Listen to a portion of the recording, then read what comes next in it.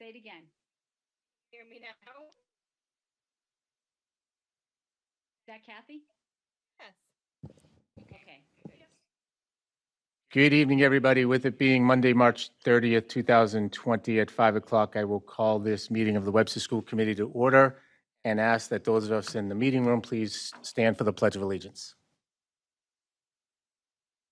Pledge allegiance to the flag of the United States of America and to the republic for which we stand, one nation, under God, indivisible, liberty, and justice. I hope everybody is doing well. Before we begin, I just wanted to update those folks that might be watching on some of the changes that have been ordered by Governor Baker regarding the open meeting law. On March 12, 2020, Governor Baker issued an executive order modifying certain requirements of the open meeting law to enable public bodies to carry out their responsibilities while adhering to public health recommendations regarding social distancing. The executive order relieves public bodies from the requirement in the open meeting law that meetings be conducted in a public place that is open and physically accessible to the public, provided that the public body makes provision to ensure public access to the deliberations of the public body through adequate alternative means. Adequate alternative means may include, without limitation, providing public access through telephone, internet, or satellite-enabled audio or video conferencing, or any other technology that enables the public to clearly follow the proceedings of the public body in real time. In addition, all members of a public body may participate in a meeting remotely. The open meeting law's requirement that a quorum of the body and the chair be physically present at the meeting location is suspended. All other provisions of the open meeting law, such as the requirements regarding posting notice of meetings and creating and maintaining accurate meeting minutes, as well as the limited enumerated purposes for holding an executive session, remain in effect. So, this is just one of the many changes we are all dealing with during this difficult time related to the COVID-19 pandemic. And what we've been able to do this evening, or this afternoon, is 5 o'clock this evening or this afternoon? I think it's evening. You think it's evening? Okay, we'll go with evening. Is Mrs. Perangeli and I are actually physically in the school committee meeting room because we wanted to ensure that we could hopefully broadcast this meeting live to the residents of Webster through our cable access channel.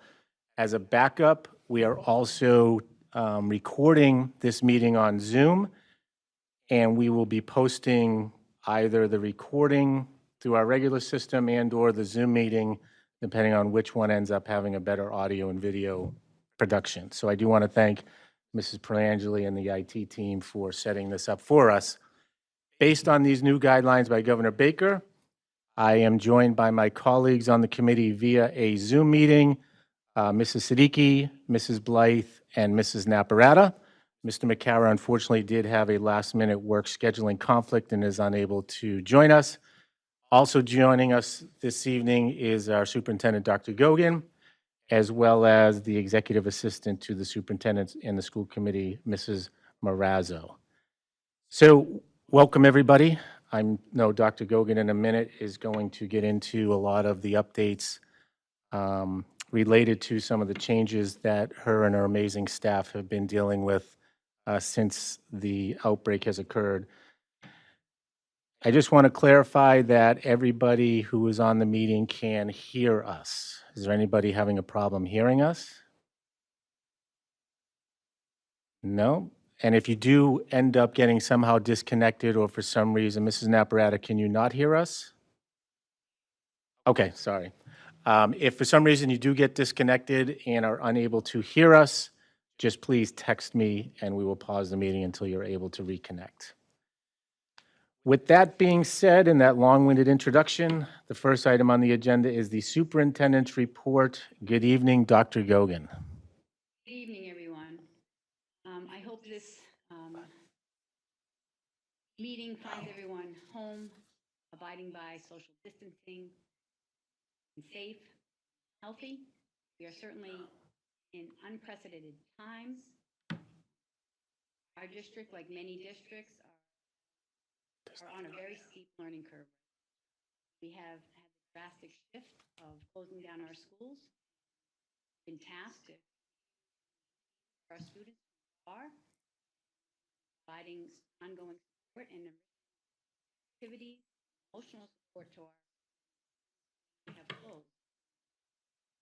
This has created many challenges for us, but many things I'm very proud of them. I am beyond proud of the efforts that we have been able to put together in a very short COVID-19 pandemic. I want to give a big shout out to all of our administrators, everyone, because we are all putting in the extra efforts that we need, even far, put in structures. As you know, we closed school the afternoon, March 12th. By March 15th, up and running with out enrichment activities. Not all districts say that. Structures in place. I'm going to talk a little bit about what we've done to fill you in. As you know, Governor Baker has closed May 4th. There is a possibility that could back on May 4th, but there's also a possibility. I want you to know the administrative staff are working collaboratively to plan ahead, and we're always better off planning for worst case scenarios and having something good happen. I am in constant contact with local and state officials on how we're dealing with the COVID-19 pandemic. And I want to fill you in a little bit on some structures that we put in place immediately. You may or may not know, watching all of our administrative staff, our professionals. We have office hours every day from 8 o'clock to 1 o'clock across the district. First hour is dedicated towards communication between the building administrators and staff.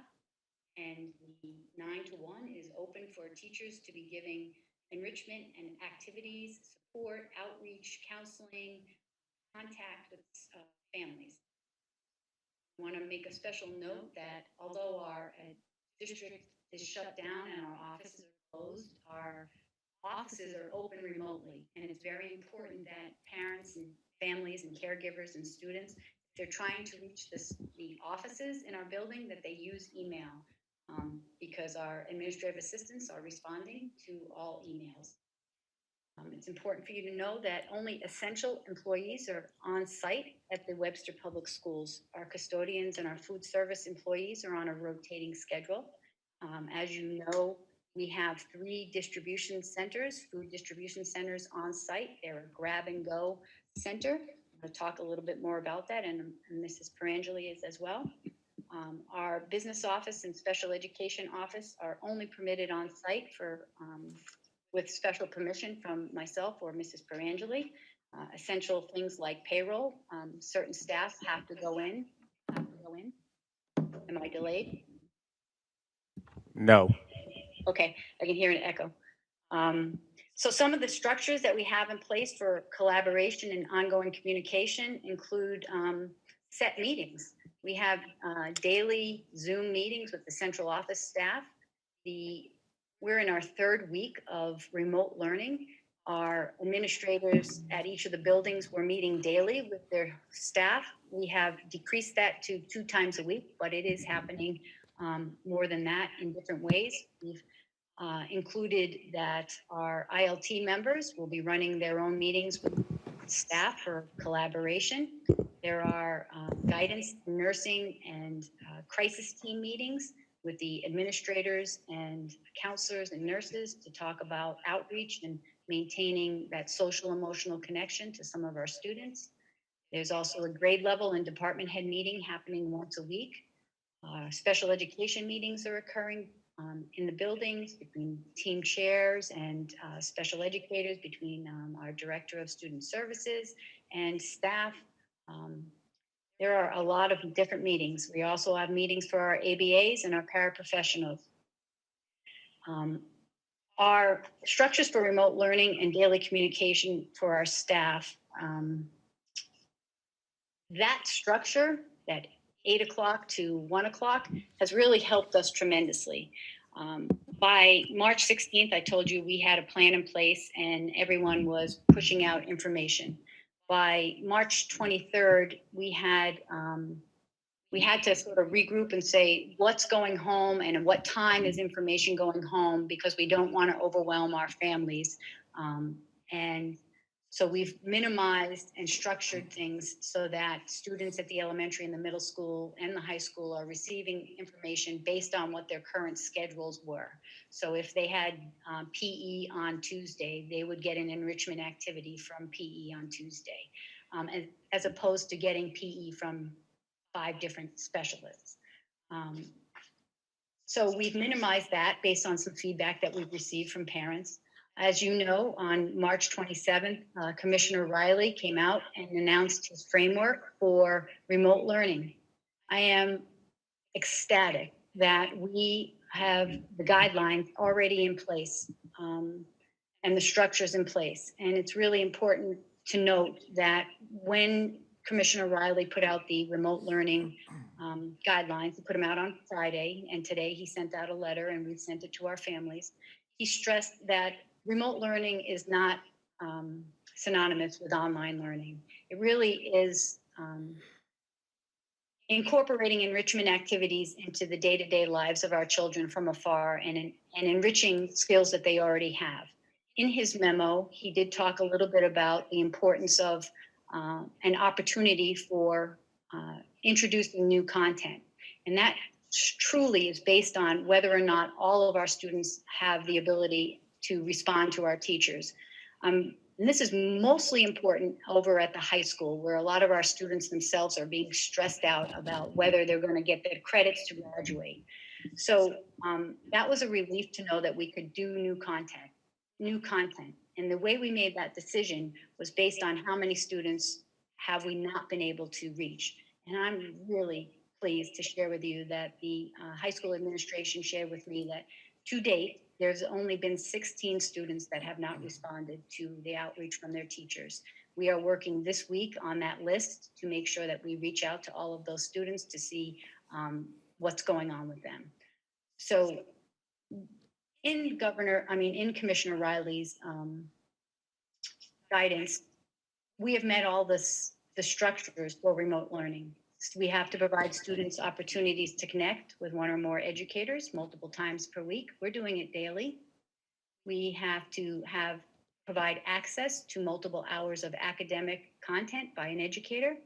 Our teachers are all reaching out to their students, whether they're a special education teacher, an ELL teacher, a related service provider, a grade level teacher. They're all reaching out and documenting that outreach.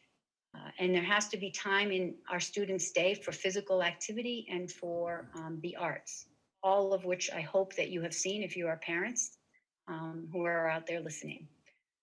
After the commissioner's guidance, we've been meeting daily with the central office team and frequently with the district leadership team. We came to some decisions that I'd like to share with you tonight.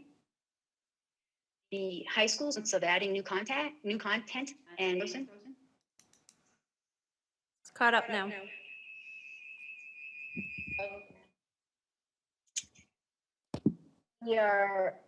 We have developed that in order for us to accurately keep track of who, we are not grading assignments, but we're collecting them, and all of our teachers are giving feedback. And that gives parents an opportunity to log into PowerSchool to see what their students have been able to do at the middle school and at the high school and what they could do. Again, we're not grading, but we are collecting and giving accurate feedback to students so they can continue to grow and learn. The elementary school is tracking who's doing work through, I can hear myself echo. A little bit. Sorry. They're keeping track through Class Dojo, and again, they're giving and providing feedback to families and hopefully having that communication with parents. I want to let you know that the elementary school sent home their tri-semester report cards right after we closed. And we have made the decision that the Webster Middle School and Bartlett High School would be sending out third quarter report cards, not by mail, but through Power School, and only counting work that was done through the March 12th date of when we ended school. They are also giving students an opportunity to make up any of that work that they missed during that period, because we've clearly been told by the commissioner that we can't grade any of this remote learning. So they're informing families about third quarter report cards and giving students an opportunity to make up that work. For special education, we were granted the initial guidance that we were to only do enrichment and that we were not obligated to provide FAPE or IEP services. That has changed. I think during this pandemic, there's been a lot of changes, and we're learning how to be flexible and move with different rules on different days. As of today, we are obligated to provide FAPE and IEP services. So that has changed some of our structures that we're putting in place. I want to give a shout out to Kathy Barris, our Director of Student Services, who has hit the ground running with providing our special educators with logs, providing us with parent information, consent forms for virtual IEP meetings that have been written and approved by an attorney. Our special education progress reports will also be coming out. And again, that will count up to work up until March 12th. So they're in the process of preparing them. I know a lot of families and staff and educators have had a question on their mind about MCAS. There's new legislation that was Governor Baker just put forward, a bill called HD 4974 to address some of the educational concerns that the superintendents have had. This bill will include and provide the commissioner the ability to modify or waive the MCAS tests, will allow DESE to waive graduation requirements related to MCAS, will push back the student opportunity deadline. I want you to know that Webster has you already approved the Student Opportunity Act, and we have already submitted it, so we would not be impacted by any later submission date. And that this legislation would also provide provisions for districts to have some spending flexibility should they not be able to get a vote for the FY21 budget. And I wanted to let you know, and I did give you a pretty detailed list, that we did receive some information from the College Board about AP testing, that students will take a 45-minute online free response exam, and there'll be 2 different testing dates, and they've not been released yet. They will allow for cancellations. And in discussing the AP exams, because that's only one part of it, the online piece, the Bartlett High School is in the process of determining how many number of students will be taking the AP exams, and has asked us to take a look at possibly helping finance some of that through our budget. We have asked them to take a look at who's seriously interested in taking the AP exam, and they're doing that. But it did come up in our conversations that in our existing student handbook at Bartlett High School, it has a clause that says if students are taking AP courses, they must take the exam in order to receive credit for the course. I'm asking, given the circumstance that we're in, given the data that I have seen on last year's AP exams, not all students do well on the AP exams. They take the test because they have to. I'm asking the school committee to give me permission to waive that in this crisis situation. I think students should receive credit for the AP classes that they're taking, even if they choose not to take the test.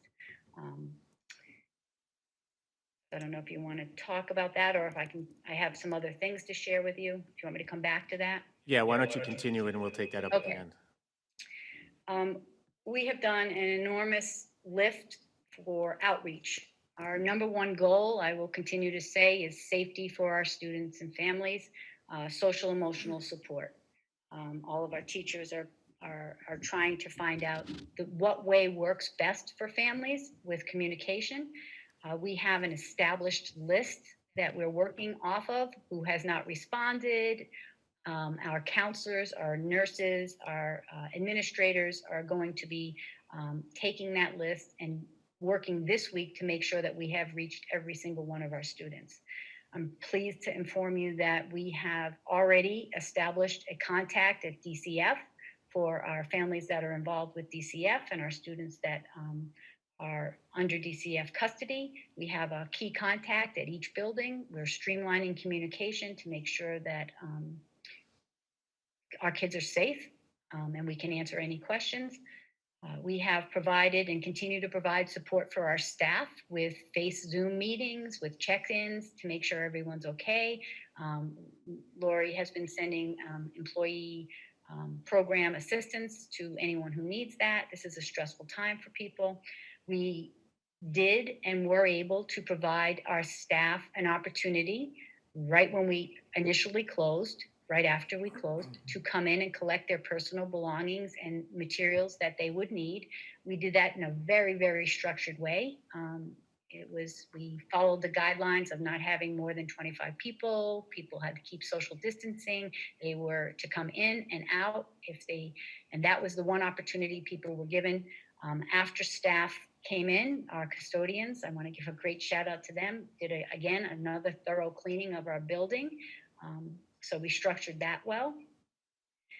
In a remarkably short time, we have been able to put together an enormous amount of resources. All the work that we have done with building up our curriculum resources has really come into play here. We have a wealth of information on our website for families, and we continue to add to that to give families other ideas on what they can do with students during this time. I would be remiss if I did not give a great shout out to our technology department and Monique Perangeli. In very short time, 2 days, cleaned and ordered and put together, labeled over 400 Chromebooks for middle school students to pick up in a very in a grab and go setup. While we would have liked, physically was not possible because the centers are completely up and running. Hold on.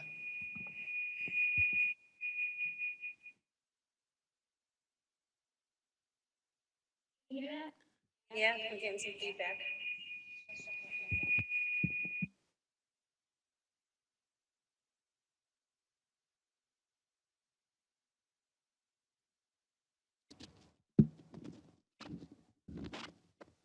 Okay. All right, want to try again? Our food distribution centers are amazing. We need to give a shout out to. Is that better? Yes and no. I don't think it's me.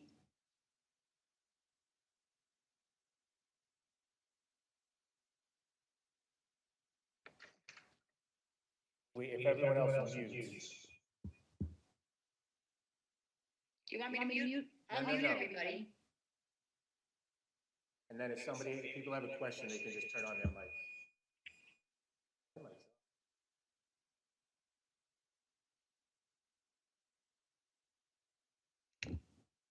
Okay, is that better? Yes. Yes. You can unmute yourselves. I believe I pressed you can unmute yourselves. Our food distribution centers are grab and go style. They're at all three of our schools. I shout out to Ellen Nyland, the cafeteria staff, and Monique Perangeli for setting that up. We also have a food distribution center at North Village 5 days a week, and Monique is working on another one. You want to jump in, Mo?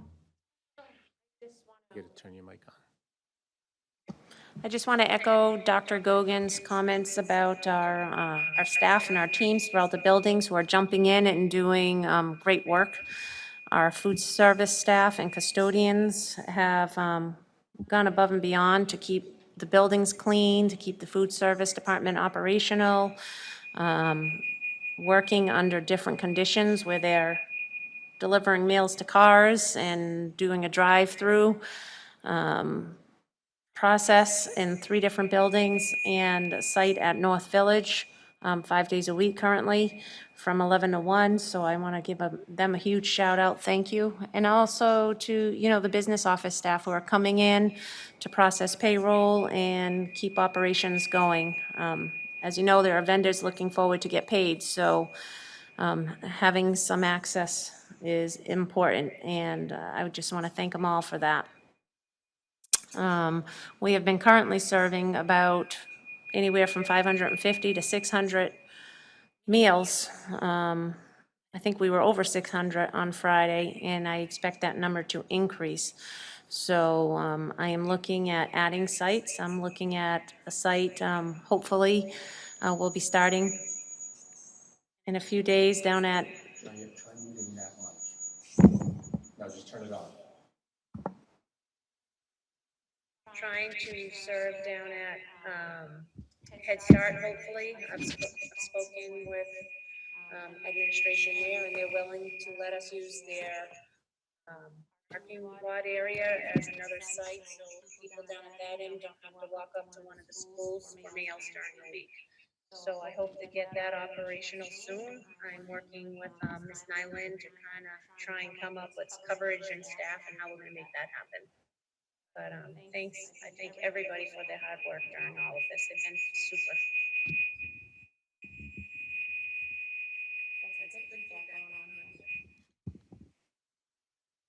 I just muted everybody again. Can you hear me? Yes. Okay. They've done a great job. I wanted to just continue and fill you in on a little bit of some compliance issues, or not issues, but compliance updates. Our tiered focus monitoring that we have going on had planned for next year. We had a self-assessment due. The tiered focus monitoring ELL self-assessment the deadline's moved to July 1st. The tiered focus monitoring special education and civil rights deadline has been moved to June 8th. Our targeted assistance grants, we are in the process and have an opportunity to take a look again at what we realistically can do.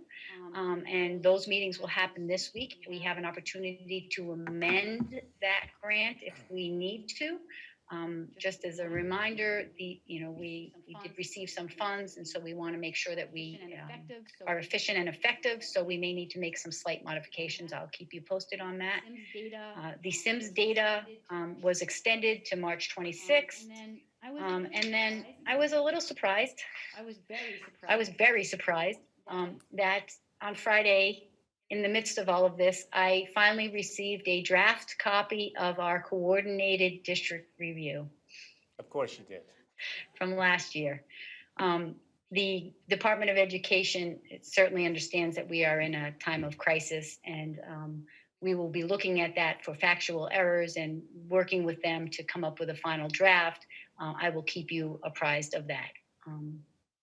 In other updates, I just want to let you know that it is my recommendation that we stick to our school year calendar that was approved by the school committee, and that we have, not that we're going away, but we have an April vacation. I think my staff need a breather. They've done an amazing job. And we all have families, and we are all trying to balance out what this COVID-19 means to us. And we need that time. And so I'm going to recommend that we keep April vacation. And finally, I definitely understand that there are a lot of unanswered questions that parents, students may have. I encourage them to continue to use outreach, emails, pick up an email, send the questions. We respond to everything. We don't have the answers. I think that's an uncomfortable place to be for a lot of people, for many of us. The questions are, will all of our kids be held back? I highly doubt that. What's going to happen with graduation if we don't come back to school? Well, I can tell you that those questions are on our minds as well. We certainly want, when we can get back to school, to do something special for our kids if we cannot have graduation. But I don't want to, I think I tell the district leadership team this, we have to take one day at a time, and we have to get through 1 week at a time, because every week seems to present different challenges. And I think taking that approach has really been beneficial for us here. We have some solid structures in place, and we're making gains. And the most important thing is that families and students feel they can ask their questions, and that they do so in an outreach to us. And that concludes my report. Thank you very much, Dr. Gogan. Can you guys hear me? And is it echoey? It is echoey? Everybody's unmuted. Are there any questions or comments for Dr. Gogan?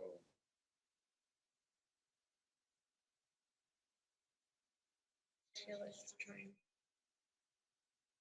Can't hear you, Sheila. Hold on. There you go. Now? Okay. I think I hit this. I just wanted to express my gratitude and recognize all of your hard work. I've been to the food facilities getting lunch for my children. They hustle. It's busy. It's really good to see that the community has that option if they need it. I also want to publicly recognize the principals. They have been doing such a great job. I know the principal at Bartlett, Mr. Thomas, has been emailing the children every day, updating them and just kind of keeping in touch. I think he misses the kids in the building for sure. And, I've just been hearing such great things and such positivity, and just seeing the way that the community has come together for the kids and the staff. It's been great. So thank you for putting those steps into motion and continuing to be there. It's a team effort. Yeah, completely. Everybody's involved. Mm-hmm. And I'm really proud about how everybody's involved. We all should be proud of that. Yes, for sure. Any other questions or comments for Dr. Gogan? Yeah, I just want to ditto what Mrs. Blight has said in terms of just really the amazing work that you and the staff are doing, and how quickly you put these systems in place. It didn't skip a beat. It was pretty amazing. And in the long run, I know that my daughters and the students of Webster are going to be better off because of what you and your staff are doing. And they're not going to be left behind, which is really tremendous. So thank you to you, and thank you to all the teachers, and don't give up on us. We haven't done all the work yet, but just stay the course, and it's making a difference. So thank you. Any other questions or comments? I would agree with the other members. The experience has felt really good on the end of, being a parent or watching my kids get excited when they see a message from their teacher or get the typical Sunday phone call from Mrs. Parmley. So we really appreciate all the effort that goes on behind the scenes in order to pull that off and make it look as easy and seamless as it is, because I'm sure it's not. The only thing I would add is I'm sure most, if not all, of the parents have been very patient. And all I ask as we continue down this very unique adventure that none of us have been on, especially those of you in education, that everybody just try to remain patient and understanding. As you indicated, Dr. Gogan, you and your team have implemented a new program of learning that's never been incorporated in this district nor in any other public school district around the country. Most, I'm guessing, if not all of your staff have never been involved in distant learning. You were trained to teach the children in front of you.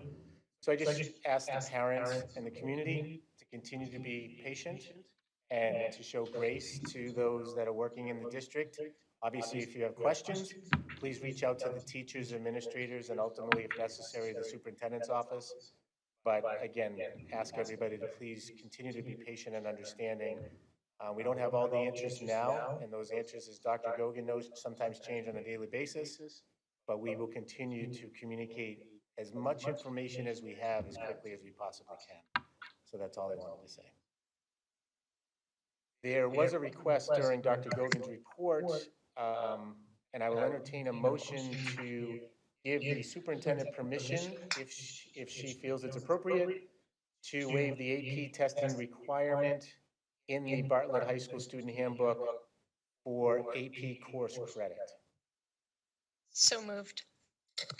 And I'm just going to repeat everything because I'm not sure what people are actually hearing. So the motion was made by Member Blight.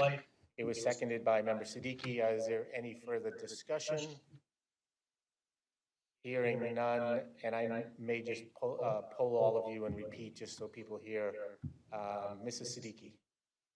Yeah. Mrs. Siddiqui votes yes. Mrs. Blight? Yes. Mrs. Blight votes yes. Mrs. Naparata? Yes. Mrs. Naparata votes yes, and I vote yes, so the motion passes unanimously. Thank Anything you. else you want to add, Dr. Gogan, or are you all set? No, I just want to send out my best wishes to our students and families. We miss you. We just miss the kids. I think there's not a single person that works in our district that's probably not dreaming about them or wanting to get back to work. This is definitely different for everybody. And I know that as we, hopefully we're back in school soon, but as we continue to keep this remote relationship going on with the kids, we're bound to get better, right? The more you do something, you get better at it. I encourage all of our students to take part, and we know families have different challenges. We're here to help. That's my message. We are here to help, and we miss the kids. Thank you very much. Any other questions or comments for the superintendent? Hearing none, next item on the agenda is the business manager report. Good evening, Mrs. Prangeli. Good evening, Mr. Chairman. All I have on the report tonight is a school building update, and doesn't like me.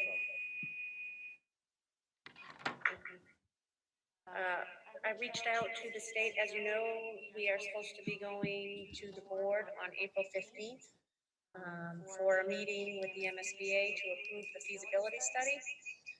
With everything going on, I sent them an email asking if they could give us an update as to if they're rescheduling, if they're doing remote meetings.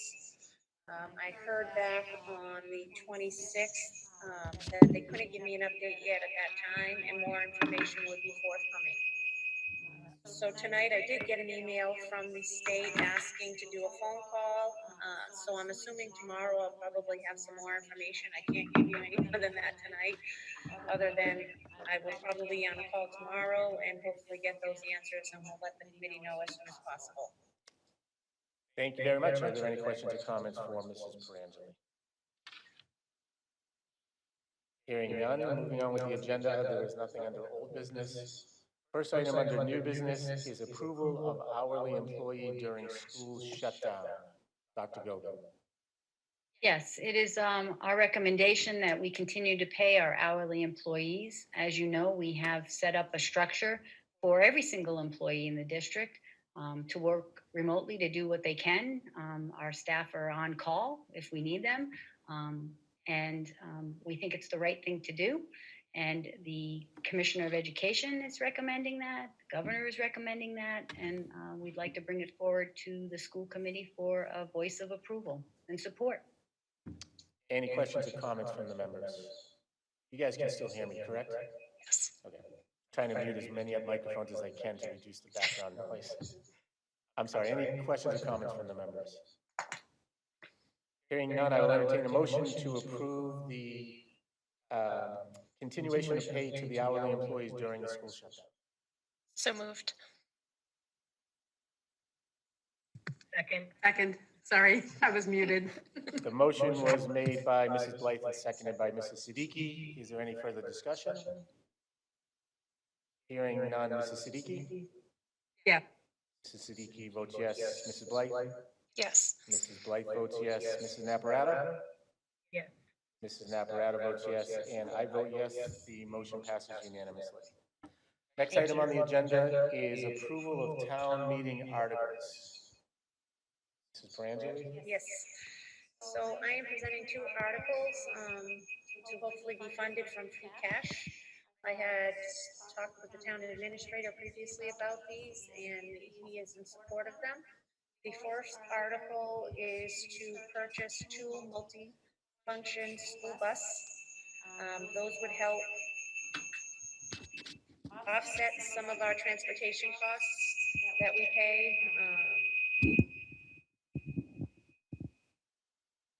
Trying to be vigilant in looking at our transportation expenditures. Many school districts across the state are purchasing a multifunction student activity bus. And what that bus is not a yellow school bus, it's a white bus. It's typically a 14-passenger bus. Or the teacher could drive the bus. You don't need a bids have been coming in across the state.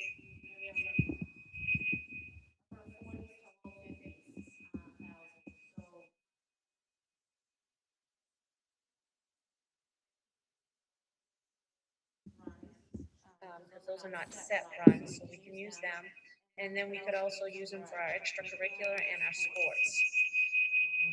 So that's the first article I'm looking approval for. Are there any questions or comments from the committee? Mr. Chairman, I have a question. Mrs. Siddiqui? So Mo, I guess my curiosity is, how long would it take for us to actualize savings on those purchases? That's a Sounds like a great good question. investment, but, sorry? That's a perfect question.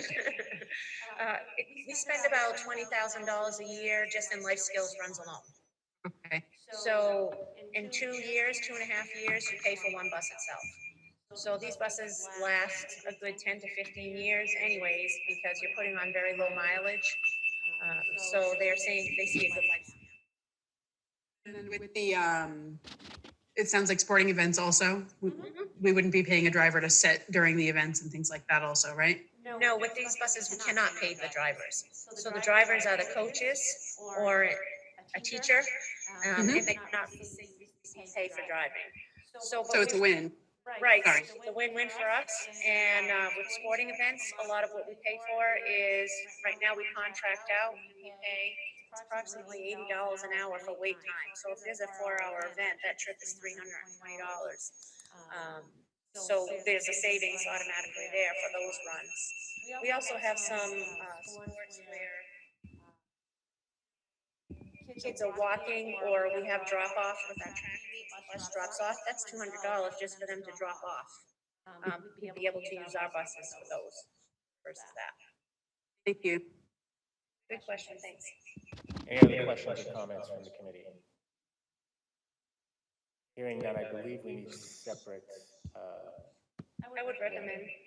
So I will entertain a motion to approve the town meeting article to ask the town to raise an appropriate borrow or transfer from any available funds in the treasury a sum not to exceed $55,000 for the purchase of funding, repairs, and resurfacing of the Bartlett High School tennis court to take any action thereon. No, that was a multifunction. Did you say you said tennis courts, I think? Yeah, that was the This was first a one. multifunction. I did a multifunction bus. Oh, yes. I know, out of order, Mr. Chairman.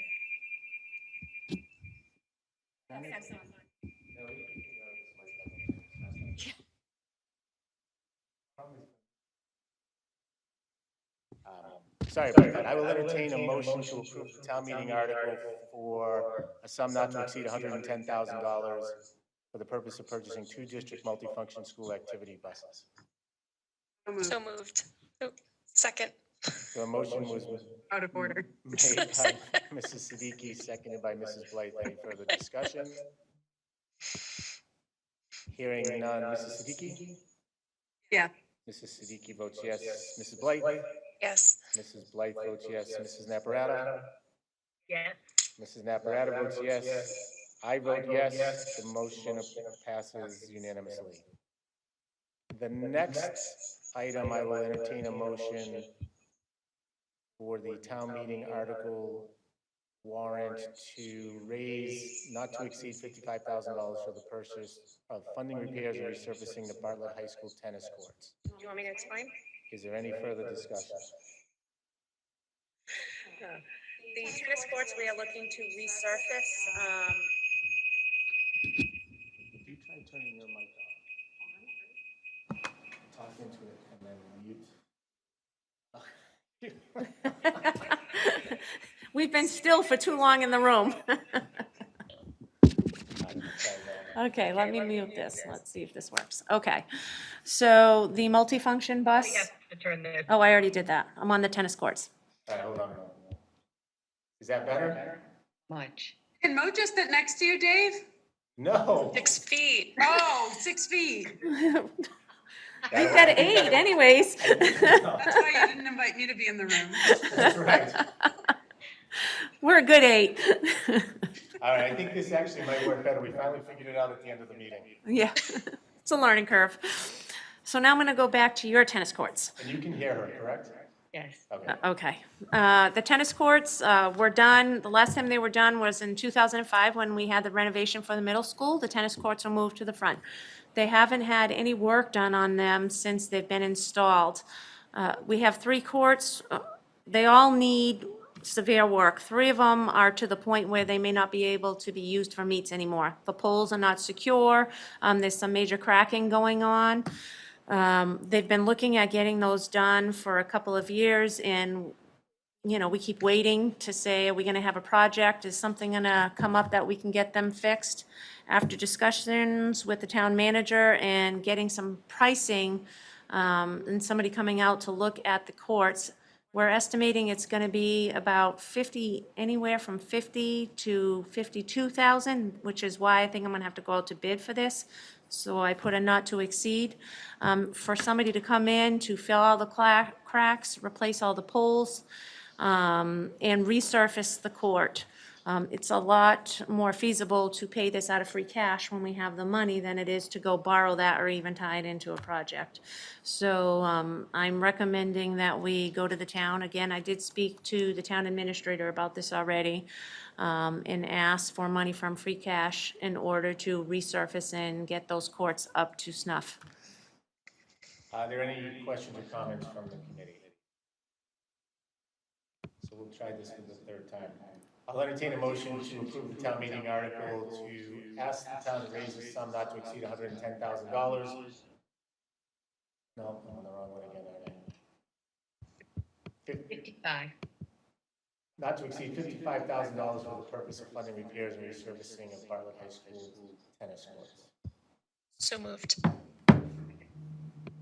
Mrs. Blythe made the motion, and I'm sorry, I didn't have my Zoom on. Who seconded? Mrs. Siddiqui? There's a motion and a second. Any further discussion? Hearing none. Mrs. Siddiqui? Mrs. Blythe? Yes. Mrs. Naparata? Yes. And I vote yes. The motion approves unanimously.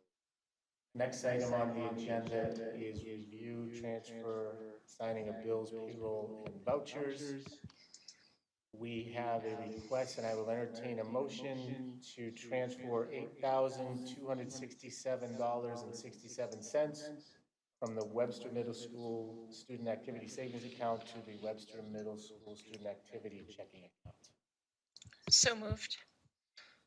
The motion is made by Member Blythe and seconded by Member Siddiqui. Any further discussion? Hearing none. Mrs. Siddiqui? Mrs. Blythe? Yes. Mrs. Naparata? And I vote yes. And just as an FYI, the majority of that dollar amount, and it is very high, is the return of deposits that parents made for their children, unfortunately, having to cancel the field trip to Washington. Next item on the agenda is approval of transfer of funds for Bartlett High School grant writer. Gogan. Gogan, sorry, Dr. I can Gogan. take that.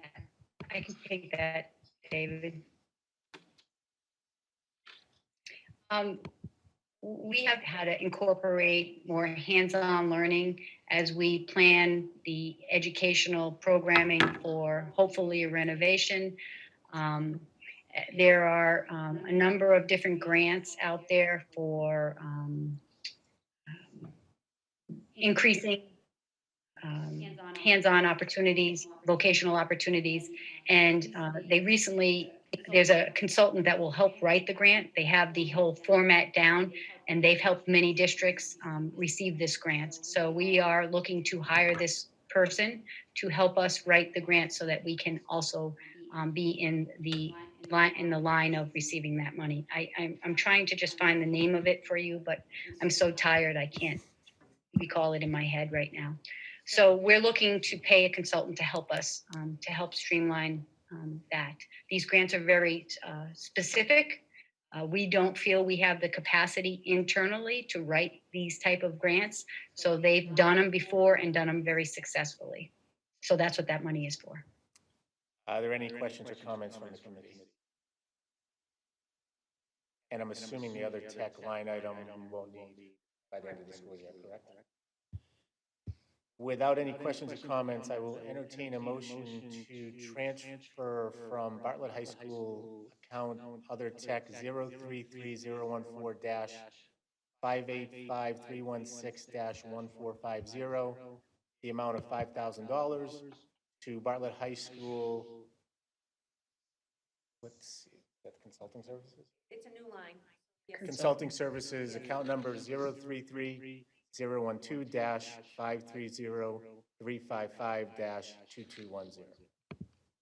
So moved. The motion was made by Member Blythe and was it seconded by Mrs. Siddiqui? It's a good guess. Any further discussion? Hearing none, Mrs. Siddiqui? Yes. Mrs. Siddiqui votes yes. Mrs. Blythe? Yes. Mrs. Blythe votes yes. Mrs. Naparata? Yes. Mrs. Naparata votes yes, and I vote yes. The motion passes unanimously. With regards to the warrant, that, per the state law, just needs to be reviewed, correct? It does not need to be voted on? Correct. Mrs. Blythe, as the warrant backup designee, signed the warrant last week. Are there any questions or concerns regarding the warrant that was signed last week? Hearing none, before I adjourn, I just had a couple minor housekeeping. First of all, I want to apologize to those that might be watching and my colleagues for some of the technical difficulties we experienced. We're all trying new things, and when you try new things, you don't always get it right 100%, which is a great lesson for our kids. Secondly, with regards to future meetings, we tentatively have a meeting scheduled for April 14th. April 14th. It has been advertised that we will hold our budget public hearing that evening. That is per town charter, and also the school committee always wants to get, and the school district always want to get input from those residents in the town. I'm not 100% sure how we're going to handle that public hearing with regards to, we can't obviously open any building up at this point and allow the public to come in. So the plan is, as of right now, to have our next meeting on that night with the public hearing, but that may change based on how we can go about handling the public hearing in this setting.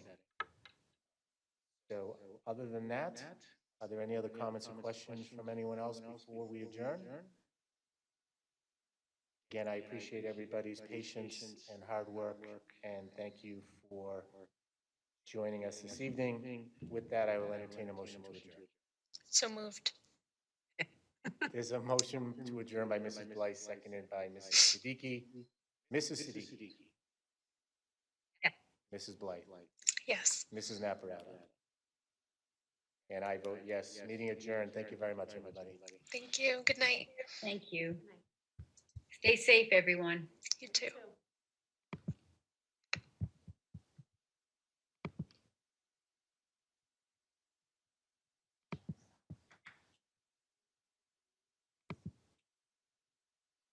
We did, no, to broadcast